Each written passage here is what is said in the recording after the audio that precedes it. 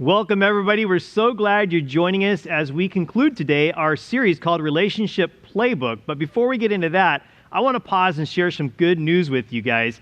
If you remember, if you were with us back around Christmas time, we had a Christmas offering that we were raising money for 3 different areas that we were going to benefit with this Christmas offering, and we had a goal of $6,000. And if you've been tuning in along the way, you remember we shared that Five Oaks Middle School has received now $1,500 in gift cards that they've been able to distribute to families in their school, with children in their school that are in need and their families. And so that's been exciting to be a part of that. We also were able to distribute $500 in gift cards to Quitama Elementary School families, and they've been using that money as well to help out families in their school. And then because so much money was able to come in, we were able to distribute $300 in snacks to the school. I actually got a picture. This is the lady who is using the snacks. They have several families identified. I think about 20 families in the school identified that they're going to be distributing these snacks to through the course of this year, that it's going to be a super big help to. And so they were thrilled that we were able to do that. That's awesome. I want to pause right now, though, and tell you about Eagle's Nest Ministry. Do you remember that one? Eagle's Nest Ministry is a ministry in Guatemala where they have an orphanage and as well as a school, and they're working with families there.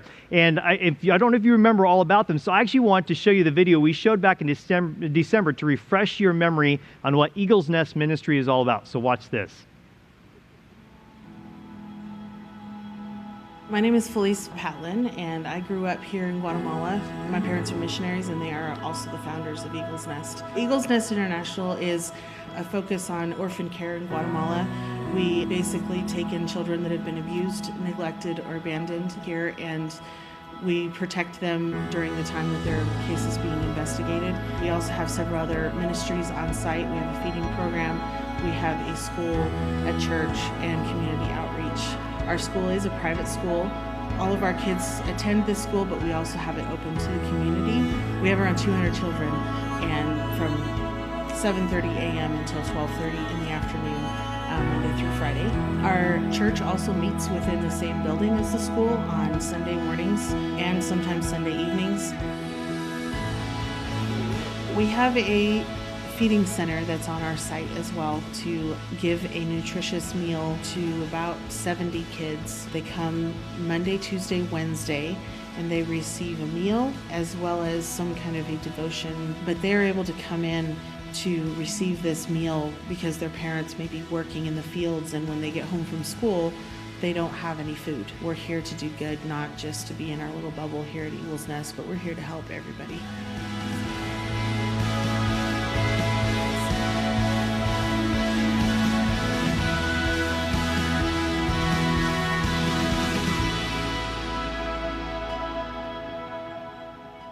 You know, I've seen that video many times now, and I still do not get tired of seeing what they're doing. It's exciting to not only see that, to also be a partner with them on that. We got to partner with them. If you remember, they were needing a new vehicle transportation for their kids. And so I recently had an opportunity to have a Zoom call with Felice. You saw her there on the camera. She was the one talking. I got to sit down with her and deliver the news about our Christmas offering. And we had a little more come in than what we had expected, but I'm kind of ornery. And I kind of teased her a little bit, just kind of drug it out a little bit. And so you'll have fun watching this. This is me delivering the news to Felice about Eagle's Nest Ministry. Well, we talked back, I think it was October, November, about one of your guys' needs is a better mode of transportation. The one you have is starting to become unreliable as it gets older. And so we shared that with our people and had a goal of $2,000 to be able to meet that need. Excuse me. And we were not able to make that goal. You know how these things go. Sometimes you shoot in the dark and hope for the best. And unfortunately, well, I shouldn't say unfortunately, very fortunately, our people blew away our expectations, and we actually were able to come up with $5,000. So wow, we're going to send that on your way so you guys can use that to help get that new transportation. So just wanted to share that with you. It was kind of fun to do that. I enjoyed that. What an exciting thing that we got to be a part of that. And they'll be purchasing that vehicle soon. And we directly got to have an impact in what's going on in the lives of those kids. So if you were part of the Christmas offering, thank you for that. You guys, the gift just keeps on giving. And so thank you for your generosity and helping us spread faith, hope, and love around the world. That is exciting. And if you'd like to help us to continue to do that as we continue to move forward this year in ministry to spread faith, hope, and love in our community and beyond, then you can partner with us and give in generosity. We'd love to have you partner with us on that. Now, we're going to go ahead and come back to our series. For the first 3 weeks of this Relationship Playbook series, we talked about 3 of our most important relationships. We talked the first week about our relationship with God, and then 2 weeks ago, we talked about our relationship with others. Last week, we talked about our relationship with ourselves, and I noticed last week was by far the most popular of the 3, and people were really not only intrigued, but also blessed by the idea that God really values us and what he can do in our life. And so I want to remind you, I said this last week, to remind you that next week we are kicking off a brand new series where for 4 weeks, we're going to be diving into the idea of self-talk and our thinking and the things that we battle with in our mind, the things that defeat us as we sabotage ourselves on the inside out, and how we can have victory in those areas. And so I encourage you to join us as we tackle winning the war in your mind. That series will start next week, and it'll go for the whole month of March. So hope you can tune in for that. Now, we're going to talk today about an unlikely relationship. When you talk about relationship playbook, this one might not be one that naturally comes to mind. We're going to talk about our relationship with our work. Today's title is When Faith and Work Collide. And so our relationship with work is so relevant because every one of us have a relationship with work, whether it be a professional vocation or we're stay-at-home moms or dads, whatever we have that we associate work with, we have work in our lives. And for most of us, work consumes most of our waking day. It's a big part of our life. So it's an important topic that we talk about our relationship with work today. Now, the thing I want to point out is that I believe that we have a fundamental flaw when we think about our relationship with work. We talk about when work and faith collide because in a lot of our minds, there's this distinguishing fact that we have our faith life and then we have our work life. And every once in a while, those two get mixed up or collide. But in all reality, there is no such thing as a faith life and a work life. It's not like we go to church and we act a certain way, or we have a quiet time in the morning, or that one moment before a meal where we pray, or we have a group that we're involved with online or in person, a growth group that we're a part of. But then our work life is a separate life, and we do our separate thing there. Our faith life and our work life are integrated. They are together. And I think that fundamentally our thinking is flawed on that. We think that we have these two separate lives, but our life is one life, our life of faith, and work is an expression of our faith that we need to live out in our life. Now, our relationship with work has been compromised and I believe strained in the last year with COVID. There's been lots of things that have strained our relationship with work. Some of you guys may be recipients of a nice COVID layoff. Many of you, I've heard, have changed careers during COVID. We've had to figure out how to work from home while we also have kids at home. I saw something that's a really great illustration of this recently. My wife and I love Baja Fresh. You can find us at Baja Fresh, probably any location around the area. You'll find us at that, any day of the week. It's probably a 50-50 chance you'll see us in there. But I digress.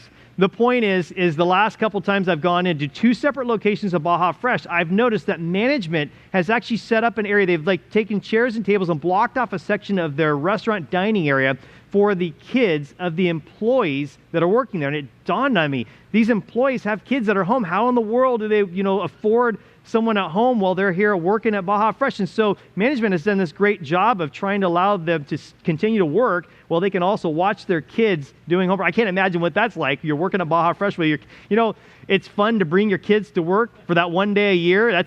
You're probably enjoying it. Every day is bring your kids to work day is not fun.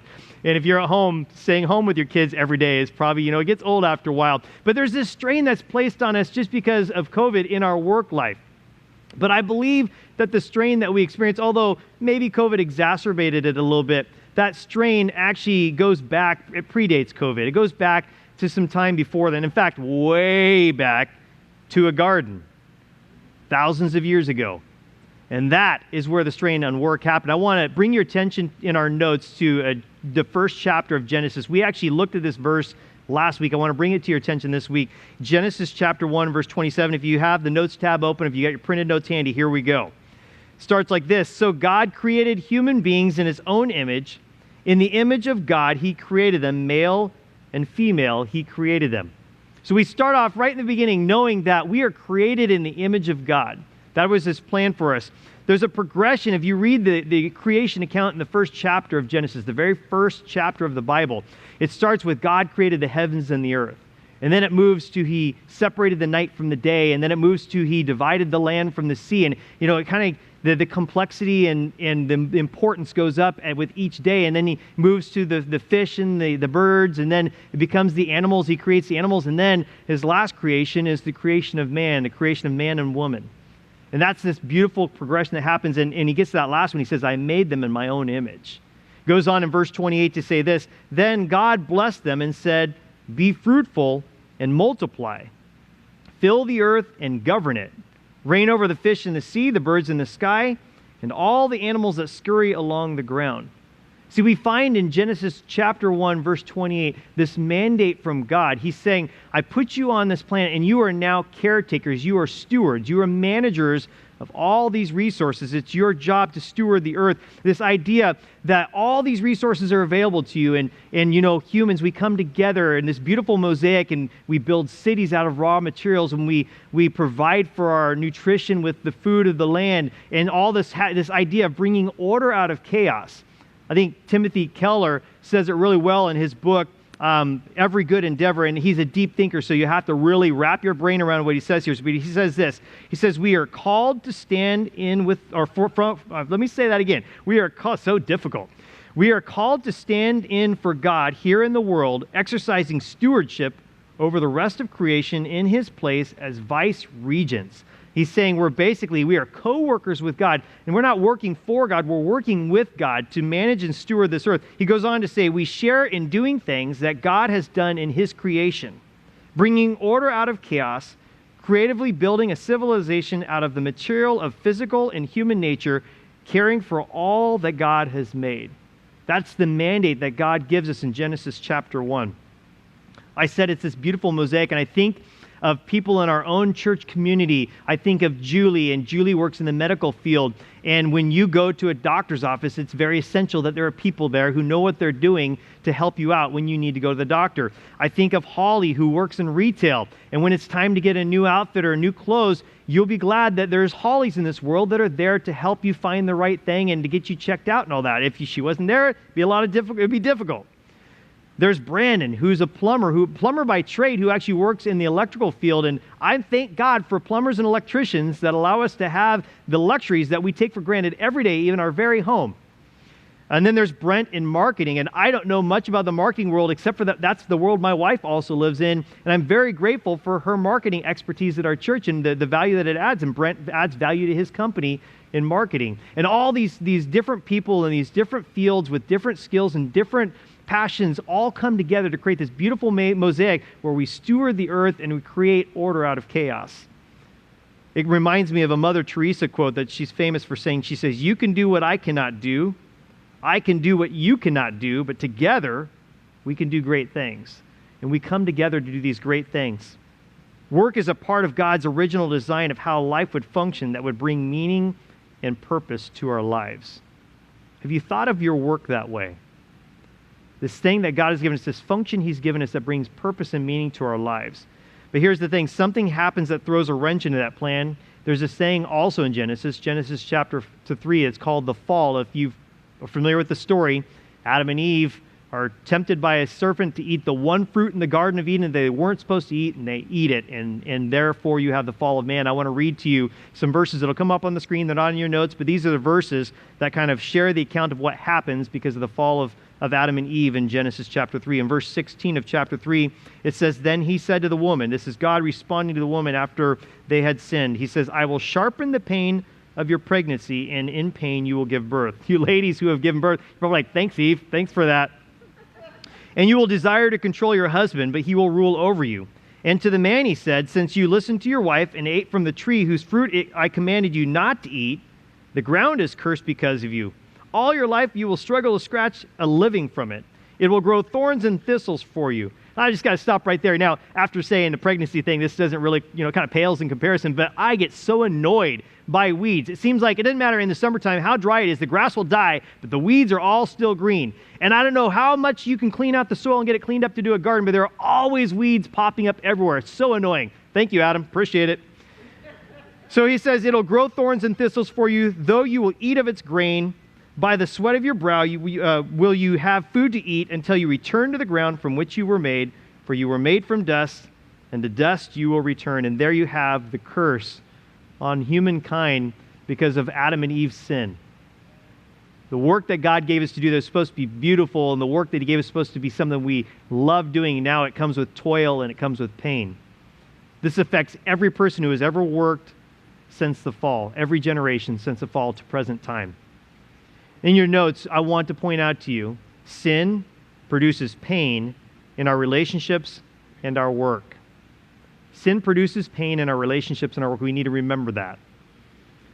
As we talked this morning, there are 3 relationships I can have with my work that I want to talk to you about. The first 2 are a result of the curse, the fall of man. And the last one is a result of the work of Jesus through the cross and the empty tomb. We'll get to that in a little bit. But before we talk about that, we have to talk about the 2 that aren't so pleasant. And so in your notes, if you're following along, here's the first of the 3 relationships that we can have with work. Number 1, work as an idol. Work as an idol. The question I have for you is, what is an idol? An idol is anything that we put in the place of God in our lives. I want to read this to you. There is a desire and longing in each of us to ascribe worth and value to something or someone. And when we ascribe value to any one thing in place of God, that is an idol. And our work can be just one of those things. I know many people where work has become their idol. They're all consuming, like every moment of every day, they're consumed with their job. And they idolize it. They're so stuck to it. In Exodus chapter 20, Moses has just come down from Mount Sinai where God engraved on these tablets these rules that we know today as the 10 Commandments. And I want to read to you the very first one in Exodus chapter 20 and verse 3. You must not have any other God but me. He goes on to say, you must not make for yourself an idol of any kind or any image of anything in the heavens or on the earth or in the sea. Now you might think of like a little carved idol, like a little wooden carved idol, whatever. No, yeah, that's an idol. But really an idol in our life is anything that takes the place of God. You might want to write this down. This isn't in your notes, but this is worth writing down. When a good thing in our life becomes a God thing, it becomes a bad thing. When we put something in the place of God in our life, it replaces God. We dethrone God in our lives and we put this thing in its place. We emphasize it more. We spend more time with it. We spend more of our resources with this thing. It has become an idol in our life, and work is just one of those things that I see all the time where people place work as an idol in their life. I got a couple questions for you. Has your work taken the place of God in your life? Maybe in the past, maybe in the present. And a follow-up to that, how do you know if work has taken the place of God in your life? I've got an answer to that one. When your identity is wrapped up in your work, it has become an idol. I've talked to many people after they've lost their job, and it feels like they've lost their identity. They don't know they don't know their meaning, their purpose is gone. They're just kind of reeling from that. Maybe you've experienced that before. Think about this. If you went into your work tomorrow and they said, it's been great having you, but it's time to let you go, and you had no other prospect, and you were just kind of sitting there without a job, would you still feel like you had an identity? Would you feel like the rug had gotten ripped out from underneath you as far as your purpose and your meaning? There's a lot of people who experience that. In fact, I read an article this week that just blew me away. It said that getting fired is considered more painful than getting a divorce or becoming widowed. Can you believe that? Because people get over those. Not that those things are not huge blows in their life, but they get over it. I think they said the average person gets over the loss of a loved one, the loss of a spouse within 2 to 4 years. But they said the pain of losing a career that you had your identity tied up in goes on far long after that. And they said they polled people, and the average person said they received more pain from being told they were fired from their job than being divorced or being widowed. That just blew my mind. So the question I got a question for you on each one of these. My question on this one is this: how much of your worth comes from your work? It might be time to evaluate how much weight you put on your job, how much value you place on an identity you place on your career or your vocation. I want to move on to the second relationship that we can have with our work, and that is this: work as a necessary evil. Some of you guys are like, work is definitely not my idol. I don't really like my work at all. In fact, in the morning, Some of you guys, instead of waking up saying, good morning, God, you wake up saying, good God, it's morning, because you know you have to start your job. And for a lot of you guys, work is a necessary evil that you have to put up with because it puts food on your table, it puts a roof over your head, but you certainly don't like it. So you're like, no, it's not an idol for me. You're on the other side. You're completely on the other side saying, I just put up with it. I remember a job I had when I was in college that I loved. It was a job in a machine shop, and every day I came into this job, and I had this job where we had these little metal pieces. We'd have like 5,000 of them, and I had to take a metal grinder and grind out this little nub on the edge of them to make them look pretty, and 5,000 of them every day. And I thought it was the funnest thing in the world. Like, how fast can I go, and can I get it to look nicer, and can I beat my buddy next to me? We'd have races to see who could go the fastest. We loved our job. And then as I grew into that company, I got promoted to other positions where I was running machines, and I'd spend my breaks and I'd think about it off work time. How can I make that machine run better and work faster? And I actually wrote a program for the machine that the company didn't have that made the machines run more efficient and kept them from breaking down as much. I just loved what I did, and I didn't get extra pay for that. I didn't even get a thank you for that. I just loved doing it. It's what I love to do. And then my boss sold the company to someone else. And the new management that came in, I didn't really care for it. We went from like always exceeding our goals to not having enough work to get to our goals. And we'd sit around some days twiddling our thumbs, and they'd say, go sweep this, go clean that. I mean, that's what we were getting paid for, but they were just trying to keep us busy, just to prevent us from getting laid off until the next job came. And it just got to the place where it wasn't fun anymore. And I wasn't the lead person on our shift, but I worked a swing shift, and literally, I'm embarrassed of this fact. Our swing shift supervisor would tell us to start shutting down the office 15 to 20 minutes before we needed to, so that we could all go sit in the lunchroom where the time clock was. We'd pull our time cards out, and we'd sit around and chat for 15 minutes waiting for the clock to hit the 10 o'clock where we could time out and say we got out at 10 o'clock. Because I didn't care for my work anymore. It was a necessary evil I put up with. In fact, I got a call from Pastor Ken, my mentor, my lifetime mentor, called me while I was working this job and asked me if I wanted to come work at the church part-time as a custodian, and I had a drop of a hat said, absolutely. Can you believe that? But sometimes our work becomes a necessary evil. We lose like purpose in our job, and it just becomes something we have to do because you have to work to put food on the table. And we struggle in our job. I like this quote by Henry Luce. He said, millions of Americans are not working, but thank goodness they still have their jobs. There's a statistic that 84% of people say that they could do better and work harder. That blew me away. 16% of people said they're working the best they can. 84% of people said they could work harder and they could work better, but they choose not to.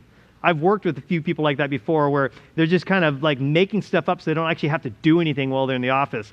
This statistic goes on to say that many people said this, get this, they could be twice as effective if they wanted to, but they choose not to. I know many people who spend hours of their workday getting paid by an employer to do a job browsing social media because they see their work as a necessary evil. The author Solomon in the Old Testament, he writes this book, Ecclesiastes. If you've ever read it before, it's kind of one of the more depressing books in the Old Testament of the Bible. But he's writing this from the perspective of giving an honest journey of his pursuit of worth and value in anything and everything outside of God. And he says in Ecclesiastes chapter 2, verse 17, in your notes, he says, so I came to hate life because everything done here under the sun is so troubling. Everything is meaningless, like chasing the wind. Wow. That's what life is when we lose sight of the fact that our pursuit, our purpose in life is to chase after God. Does your work feel like that? I'll give you two possible reasons, really quick ones that I think could be a reason for why your work feels like a necessary evil. Number one, you might be in the wrong career. I know that this has happened to people that I'm connected to where they realize I've been doing the wrong job all my life, and switching careers, and all of a sudden new life and vigor in their life. And then maybe the other is true, is that maybe you have the wrong perspective at work. I've noticed that as you go younger in age, that it becomes easier and easier when the going gets tough to just quit and move on to the next thing. And I don't know where you're at in your work, but maybe what you need to do instead of thinking of switching careers, because I bet you this matches more people than switching careers, is that you need a new perspective of your work. What can you do at your job to make it more exciting, make it new? I think of the fact that what I do as a job is I consider what I do to be the best job in the world. But does that mean every day is fun? No way. There are some tough days, I'm telling you, being a pastor at a church. It's hard some days. I love what I do, but that doesn't mean that it's easy and it's a cakewalk every day of my life. You got to understand that sometimes you just have to stick your nose to the grind and work hard for it because you love the greater good coming out of what you're doing. So do you see your work as a necessary evil? I got a question for you. How much of your work right now is done with passion? Do you have passion for your job? Let's look at this third relationship that we can have with work. This is a result of the work that Jesus did by dying on a cross for us, by rising from the dead, so we could have a relationship with him. But this is what brings purpose to our life. Number 3, work as a sacred gift. Work as a sacred gift. See, purpose can come from any career that we choose. Any career. There's not some careers that are more sacred than others. And you can't say, well, Mike, you work with changing lives in a church, so of course you can find purpose in your work. I work in the fast food industry. How can I find purpose in my job? Well, let me tell you, I went back and thought through all the different jobs that I've done up to the job that I currently have. And I want to share with you, my first job, I did delivery in a car. And I was so paranoid to drive around. I was a brand new driver, and I learned in that job how to tell directions and find my way and addresses without maps or anything, how to weave in and out of traffic and switch lanes when I needed to, and be very confident as a driver. And I began to have fun in this job as a delivery person, just delivering electronics. And then the next job, I talked about my machine job. Every position I held in this company, I did with delight. I enjoyed it up until the end where the management changed and then I didn't enjoy my job anymore. But all the other positions, it wasn't about what I did. It's how I saw what I did, the perspective I had. I enjoyed that job. And then, I told you I got called by Pastor Ken to come to the church to be a custodian part-time. It was my job to clean the toilets. And there was 2, 4, 6, 8. There was 8 bathrooms with about 15 toilets in those different bathrooms. And I know people they were grateful for the job I had because sometimes they would leave presents for me in the bathroom. You know what I'm talking about? This job sometimes was tough, but I loved it. I took pride in the fact that I left the bathrooms clean. I took pride in the fact that I walked around that campus and you'd never find a light bulb burned out for more than 1 week because I would take care of them weekly. I took pride in that position. I always looked for opportunities to improve it, to make it better, to do the best job that I could. Because, when you're in a church and people are coming in and learning about Jesus and they're listening to pastor preach, it's helpful to have clean bathrooms. And so I was helping in this greater thing that was happening at our church, and I took pride in that. It was a sacred gift. And then I moved up into a ministry leader position. I've held various ministry leader positions at our church and through Epic Life Church over the last 20 years. Every time, finding purpose in what I did because I see my job as sacred, an opportunity. And I hope that you look for opportunities in your job to see it as sacred. Now, I want to give you 3 results really quickly in your notes. If you see your job as a sacred gift, number 1, I receive it with gratitude. If I see it as a sacred gift, I receive my job with gratitude. It's not something I have to do, it's something I get to do. And if you struggle to get up in the morning thinking of it something you have to do to go to work, maybe the first thing you need to do tomorrow morning when you get up is say, I get to do it. Thank God I have a job. Thank God I earn a salary. Thank God I can provide for my family, and I get to use skills I was taught in school. I was taught literacy. I was taught math. I was taught how to write. There's so many different things I learned in school that allows me to hold the job that I have now. Thank God for it. And what can I do to find meaning and purpose in the job that I hold? Second thing, I give it boundaries. If you see your job as sacred, as important, as valuable, then you would be wise to give it boundaries because your job should not control you. Your job is there to serve you. You aren't there to serve your job. And there's this thing that God did way back in that creation story we talked about when he created the earth. He did a strange thing on the 7th day. The God of the universe speaks the world into existence, the whole universe into existence. And then the 7th day, he does something odd. He rests. And we have this word called Sabbath, which comes from the Hebrew word for the 7th. The 7th day of the week, which is a day set aside for rest because God knew that we as people, we need a rest from our work. I have a Sabbath that I take every Monday, and so I actually completely go dark, radio silent with my cell phone, like with texting for work and calls and emails. I won't get on my email. If you email me on a Monday, you probably won't hear from me until Tuesday, sometimes later because I'm catching up after coming back on Tuesdays. But I try as much as I can to not dive into work on that day. It's a sacred day for me to rest. And you need those sacred moments. Another thing that is sacred to me is our family night once a week and my date nights with my wife once a week. And my wife is helping with this. I'm working on this to get better at when texts or calls or emails come through during those periods of time, that I don't go to those, that I spend those moments with my family so that work can remain a sacred space for me that I come back to and I enjoy it and find purpose in it rather than it consuming my life. Here's the third benefit, and that is I use it to bless other people. When I see my work as a sacred gift, I use it to bless other people. What could you do through your job to bless other people? I heard a pastor tell a story recently about how he was walking through an airport, and there was one of those kiosks where they sell magazines and trinkets and all that kind of stuff along the concourse. I think that's what they're called, the concourse, these big long hallways where you're walking through. And as she was in the kiosk, she was doing something very strange. She was singing to people as they walked by, but she was communicating to them. So like a man would walk by, she'd go, "Have a great day, sir, wherever you're going," And then a lady would walk by and she's like, "My, you look wonderful in that scarf. You do that really well." And she was singing to every person who walked by, and he kind of, was entertained by this, and he was like, "That's interesting that she's doing this." But every person that walked by, as she would sing to them, they kind of look up. Some of them, they wouldn't pay attention. They didn't look up, realize that she was singing to them, and a smile would come on their face. And so he saw her, and he looked at her, and she made eye contact with him, and he thought, I wonder. And he said, "Why are you doing this?"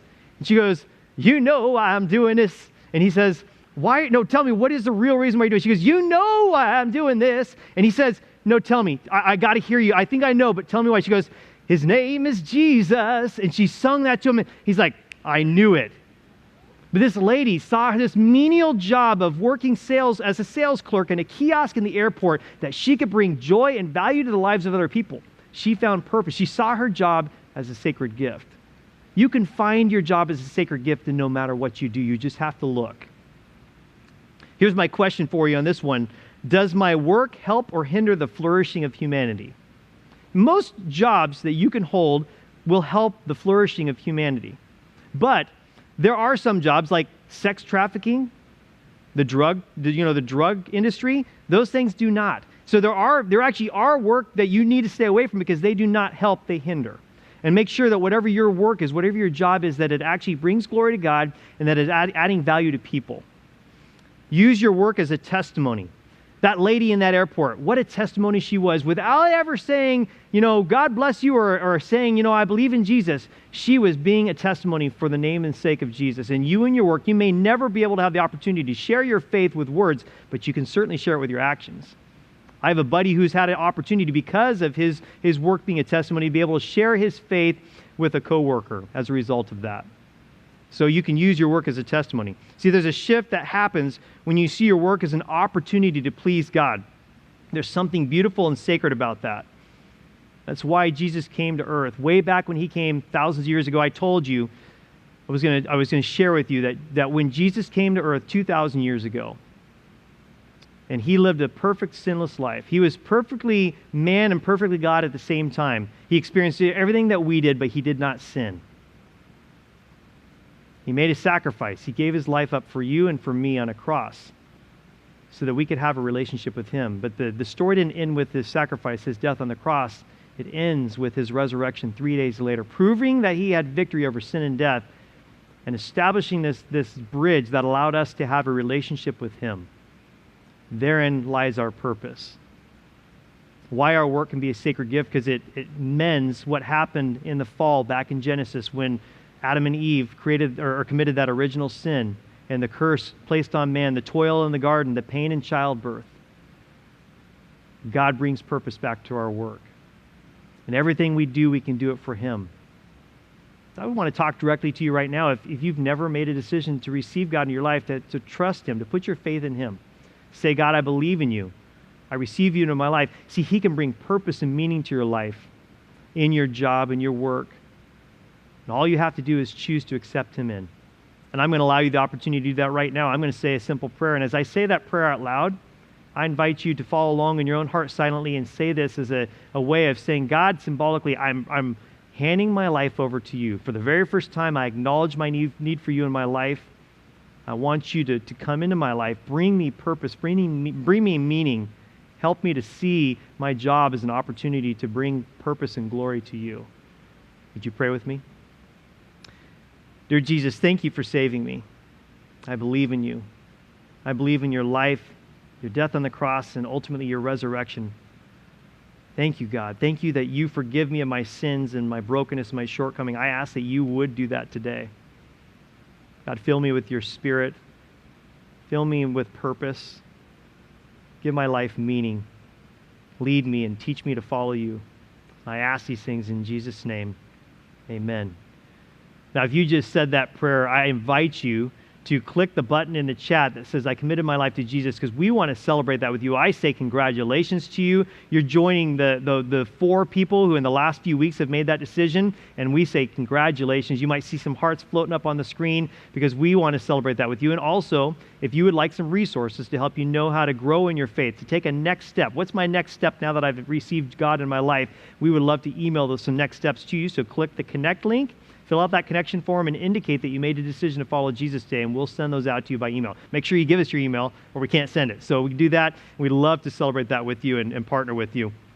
Now, when you do your work for God, it can give you purpose and joy all day long. I love what the author Paul says. One of my favorite verses in the New Testament in Colossians chapter 3 and verse 23. I memorized this early on as I was a kid. And he says this, he says, work willingly at whatever you do as though you are working for the Lord rather than for people.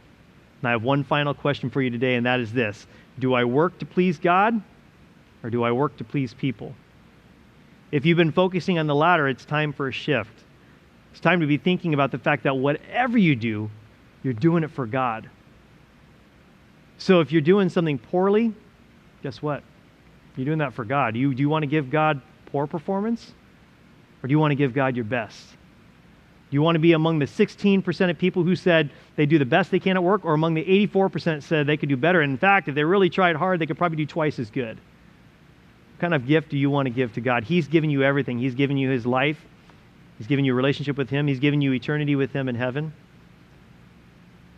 What are you going to give back to him? Will you give him your best? See, there's a shift that happens when the aim of our life is to bring pleasure to God with our jobs throughout the week. It changes everything. I say this and I'll say it again because it really does mean a lot. Perspective changes everything. Perspective changes everything.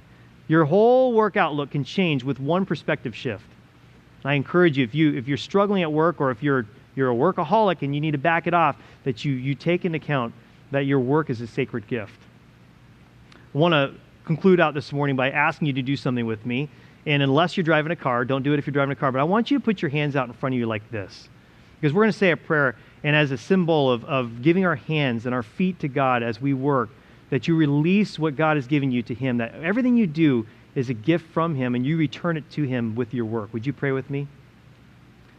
God, right now, I pray for myself as well as everybody who's listening, that we would see our work as a sacred gift, that we realize that we can bring you pleasure by the way we work with purpose for you.